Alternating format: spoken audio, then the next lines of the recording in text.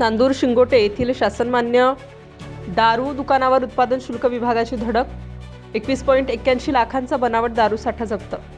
नाशिक जिल्ह्यातील नांदूर शिंगोटे तालुका सिन्नर येथे असलेल्या BNDCL 3 अनुक्रमांक नंबर 131 या शासनमान्य देशी दारू दुकानावर राज्य उत्पादन शुल्क विभाग क विभाग नाशिक यांच्या पथकाने दिनांक 10 फेब्रुवारी 2026 रोजी धडक कारवाई करत बनावट देशी मद्य निर्मितीचे मोठे रॅकेट उघडकीस आणले असून महाराष्ट्र दारूबंदी कायद्याअंतर्गत गुन्हा रजिस्टर क्रमांक 23/2026 दिनांक 9 फेब्रुवारी 2026 दाखल करण्यात आला आहे. या कारवाईत प्रथमदर्शनी बनावट देशी मद्य 112.68 बलिटर, देशी दारू 1,991.55 बलिटर तसेच चारचाकी क्रेटा वाहन असा एकूण 21,81,535 रुपयांचा मुद्देमाल जप्त करण्यात आला. या प्रकरणी वेणुगोपाल सिद्धय्या चेक्किल्ला वय 46 वर्ष, नरेश लिंगागौड जेल्ला वय 29 वर्ष, हरीश गंगागौड बंबोतुला वय 30 वर्ष व नरेंद्र गौड तिरुपती गौड सुरमपल्ली वय 32 वर्ष या 4 आरोपींना अटक करण्यात आली आहे. सदरची कारवाई माननीय डॉक्टर राजेश देशमुख, आयुक्त राज्य उत्पादन शुल्क महाराष्ट्र राज्य,